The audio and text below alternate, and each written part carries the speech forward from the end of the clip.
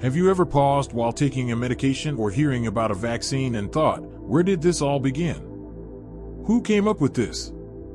It's a strange but fascinating thought. Behind every pill, shot, or treatment is a long and winding story. And when it comes to companies like Pfizer, Moderna, and AstraZeneca, names that became household words almost overnight, their stories couldn't be more different.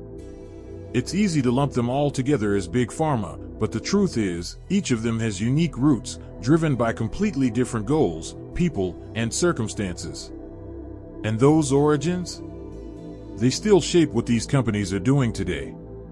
Whether you're someone who watches science news closely or someone who only started noticing these names during the pandemic, knowing where these companies came from can give you a new kind of insight, not just into healthcare, but into human ambition, discovery, and resilience. So in this video, we're going to have a conversation, not a lecture, about how Pfizer, Moderna, and AstraZeneca each began their journey. We'll unpack what makes their foundations so distinct and why those early moments matter more than most people realize. You'll see how a small chemistry lab, a bold biotech startup, and a global university partnership each took very different roads toward one common goal: saving lives.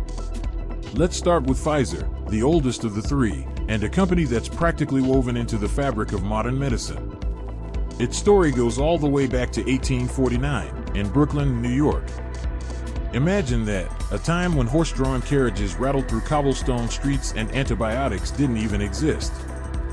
Pfizer began not as a pharmaceutical giant, but as a tiny chemical company founded by two cousins, Charles Pfizer, a chemist, and Charles Erhardt, a confectioner. Their first product? An almond-flavored antiparasitic drug made from santonine. And how did they make people want to take it? By masking the bitter medicine in candy form. It's a detail that feels charming now, but it tells us something important. Even in the very beginning, Pfizer wasn't just about making medicine, it was about solving problems creatively. As the decades passed, Pfizer grew steadily, innovating through the two world wars and pushing the boundaries of antibiotics with its mass production of penicillin. That moment, during World War II, wasn't just a big deal for Pfizer, it changed the course of medicine worldwide. The US government needed a miracle drug that could save wounded soldiers, and Pfizer delivered. Their experience in fermentation made them the perfect fit to scale up penicillin production, and they didn't hesitate. That boldness, that ability to say yes, we'll figure it out, is something that still defines the company today. Now let's shift gears to Moderna, the newest kid on the block. Unlike Pfizer's 175-year legacy, Moderna didn't even exist until 2010. But don't let that recent birth date fool you, its impact has been seismic. While Pfizer grew slowly from chemistry to medicine, Moderna exploded onto the scene with a singular focus: messenger RNA. Now, if that term sounds a little fuzzy, don't worry. Most people hadn't heard of mRNA either, until suddenly, it was the hero behind one of the world's first COVID-19 vaccines. Moderna started as a biotech startup, lean, ambitious, and fiercely committed to cutting-edge science. What's remarkable is how confident they were in a technology that had never been used in a vaccine before. Their early days were full of experiments, trials, and yes, plenty of setbacks.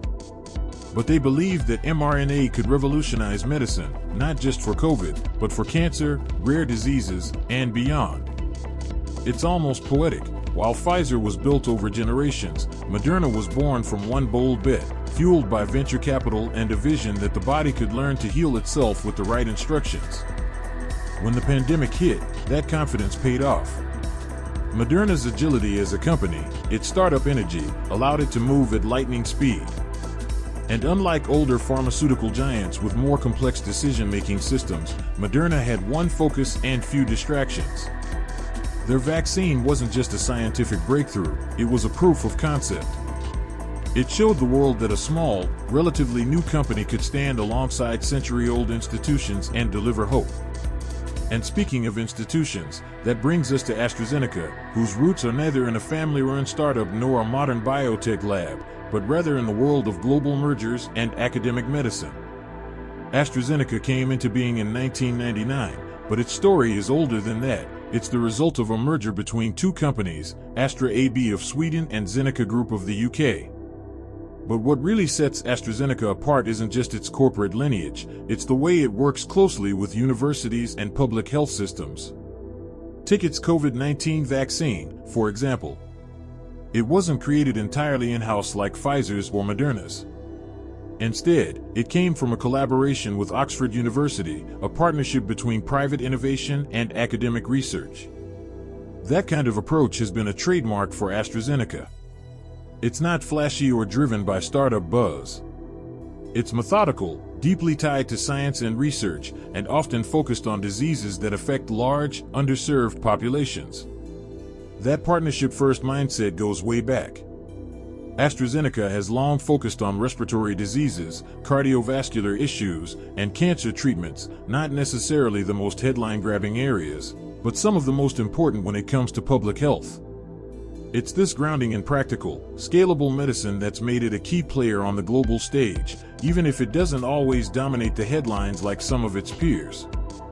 And so, here we are with three companies, all deeply embedded in our modern world, yet all shaped by very different paths. One grew slowly from humble chemistry to global leadership. Another burst into existence with a dream to rewrite biology itself. And the third emerged from a careful partnership focused on collaboration and public trust. When we think about how each company rose to meet the demands of a global crisis, it's hard not to see how their beginnings influenced their responses.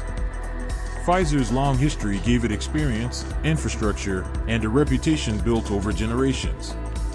Moderna's youthful energy allowed it to take bold risks and innovate fast. AstraZeneca's academic ties positioned it to collaborate in ways that prioritized global equity. But how these companies reacted wasn't just about their science, it was about their identities. For Pfizer, the pandemic wasn't its first large-scale challenge.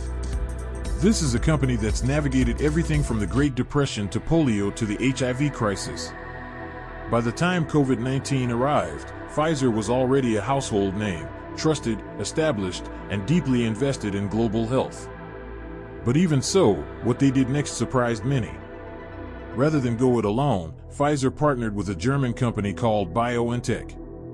Now, this wasn't just a business deal, it was a meeting of two minds. BioNTech had been researching mRNA technology for years, just like Moderna, but lacked the massive manufacturing and distribution power of a pharmaceutical giant.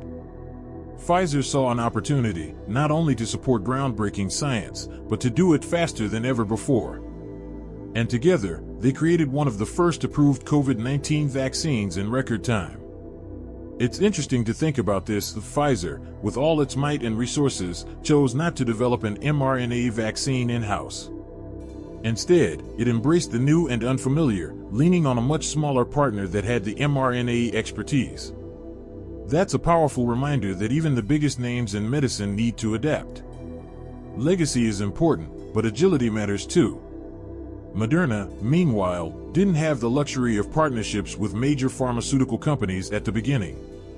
They were still carving out their place in the world. Before 2020, they had no products on the market. Their vaccine was the first major proof that mRNA technology could work at scale. Imagine the pressure. The entire world watching, hoping, and waiting, and all of it riding on a technology that, until then, had never been approved for use in humans. But Moderna had one major advantage: focus. Without dozens of competing product lines or international departments to manage, they were able to pour all their resources, people, and energy into one task. They moved fast. Their vaccine candidate entered human trials just weeks after the genetic code for the virus was published. It was an extraordinary moment, years of preparation meeting the urgency of a global emergency. And it paid off. Their vaccine became a critical tool in fighting the pandemic, and in the process, Moderna transformed from a relatively unknown startup into a biotech powerhouse. Then we look at AstraZeneca, which took a very different route. While Pfizer and Moderna charged forward with mRNA, AstraZeneca built its vaccine using a more traditional method, a modified adenovirus vector. That may sound technical, but here's the basic idea. It's a virus that's been tweaked to look like the coronavirus to our immune system, but it can't actually make you sick. It's a method that scientists have used in other vaccines before, and one that's relatively inexpensive to produce and store. That last part is crucial because it aligned with AstraZeneca's broader goal to make a vaccine that was affordable and accessible to the entire world. Their partnership with Oxford University played a big role in this. Unlike Pfizer and Moderna, whose vaccines were priced higher and largely rolled out in wealthier countries first, AstraZeneca made a promise to provide its vaccine at cost, no profit, for the duration of the pandemic. That decision raised eyebrows. Some critics questioned the sustainability of that model. But for many, it was a bold and admirable move. It meant that countries without the financial muscle of the US or EU could still vaccinate their populations.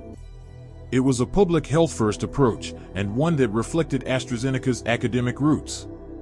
What's fascinating here is how values showed up in action. Pfizer saw the value in collaborating globally while maintaining its high-quality production standards. Moderna leaned fully into innovation and the power of new technology. AstraZeneca balanced tradition and accessibility, rooted in the idea that health breakthroughs should reach everyone, not just those who can pay. Each approach reflected not just science, but philosophy. And through all of this, something else became clear: the importance of trust. Vaccines, no matter how effective, don't work unless people are willing to take them. And trust is built over time, through honesty, transparency, and consistency. For Pfizer, trust came from a legacy of leadership and its ability to scale quickly. For Moderna, it was about earning trust by proving their technology worked. And for AstraZeneca, it was the reassurance that they weren't motivated by profit, but by public service. These differences also extended into how the vaccines were distributed and communicated. Moderna's rollout felt sleek and modern, echoing its Silicon Valley-like culture. Pfizer's approach was thorough, clinical, and backed by decades of global relationships. AstraZeneca's communication leaned heavily on science and academia, reflecting the university model it was born from. Each strategy had strengths and weaknesses, and each sparked different reactions from governments, healthcare systems, and the public. We can't ignore that this period also exposed fault lines, questions about equity, pricing, patent rights, and access. It became clear that innovation isn't just about what you create, but how you share it. And in that sense, these three companies, Pfizer, Moderna, and AstraZeneca, weren't just racing to develop a vaccine. They were racing to define what it meant to be a pharmaceutical company in a new era. This wasn't just about viruses and immunity. It was about ethics, identity, and what role these powerful organizations play in our collective well-being. Their origin stories, one built over centuries, one born in a lab, one rooted in academic medicine, set the tone for how they approached the most urgent challenge of our time. And the way they chose to act during that challenge has already reshaped how we think about science, medicine, and trust moving forward. As we look back at the journey of these three companies, it's almost like reading three completely different stories with a common theme: a global crisis that demanded urgent action. Each company, Pfizer, Moderna, and AstraZeneca, walked its own path to that moment, and how they responded gave us a glimpse into not just their capabilities, but their character. Pfizer's story is the tale of a trusted veteran. Decades of experience, deep international networks, and financial power gave it a clear advantage. But instead of relying solely on its own labs and researchers, Pfizer showed humility, and maybe wisdom, by joining forces with BioNTech, a young German firm that had quietly been pioneering mRNA. That partnership turned out to be historic. It produced the first vaccine authorized for emergency use in the US and quickly became one of the most administered in the world. What made that move so striking was that Pfizer could have tried to own the entire spotlight, but it didn't. It let science lead. It took a risk by investing in something unproven, and it paid off, not just financially, but in public trust. Pfizer's name became synonymous with reliability during the pandemic, and that's no small feat. Then there's Moderna, the newcomer, the disruptor. The company that went from being a biotech underdog to a household name almost overnight. Moderna's story is more than just about mRNA, it's about belief. The people behind Moderna believed for years that this new way of making vaccines could change the world. And when the world needed change the most, they delivered. Fast. But it wasn't just speed that defined Moderna, it was clarity. They had one mission, one goal, and they pursued it with everything they had. And in doing so, they helped reshape how we think about vaccine development entirely. What used to take a decade now took less than a year. It was unprecedented. But also a reminder of what can happen when a small group of determined people refuse to accept limits. And then we come to AstraZeneca, the company that didn't grab as many headlines in the US but quietly became one of the most important players in the global fight against COVID-19. Its partnership with Oxford University produced a vaccine that, while not as flashy as the mRNA options, was a lifeline for countries that couldn't afford expensive doses or ultra-cold storage. That was no accident. It was the result of AstraZeneca's roots in academia and a sense of public responsibility. Their commitment to making the vaccine available at cost during the pandemic was more than just good PR, it was a statement of values. They chose equity over profit. And while their rollout had its bumps, controversies over side effects, changing guidance, and uneven communication, their intent remained clear: to get as many people vaccinated as possible, as quickly as possible. What's powerful about these stories is that they remind us science is never one size fits all. There are different ways to make breakthroughs. There are different kinds of leadership. And while we often like to frame events like the vaccine race as competitions with winners and losers, the truth is more complex and more beautiful. In this case, the world didn't need one company to save us. It needed many. Working differently. Thinking boldly. Acting fast. And acting together. This moment also revealed how the pharmaceutical world is evolving. Moderna showed us that small players with big ideas can change everything. Pfizer reminded us that scale and trust still matter deeply. AstraZeneca proved that collaboration between private companies and universities can serve the public good in powerful ways. All three played vital roles in one of the greatest scientific achievements in modern history. And beyond the headlines, beyond the boardrooms and breakthroughs, their journeys also taught us something about ourselves. About how we respond when faced with uncertainty. About how we value truth, transparency, and community. About how deeply connected we are, because in a pandemic, no one is safe until everyone is. If you take a step back, you can see the bigger picture. This wasn't just about developing a vaccine, it was about reimagining what's possible when urgency meets innovation. These companies didn't just react, they redefined what's achievable.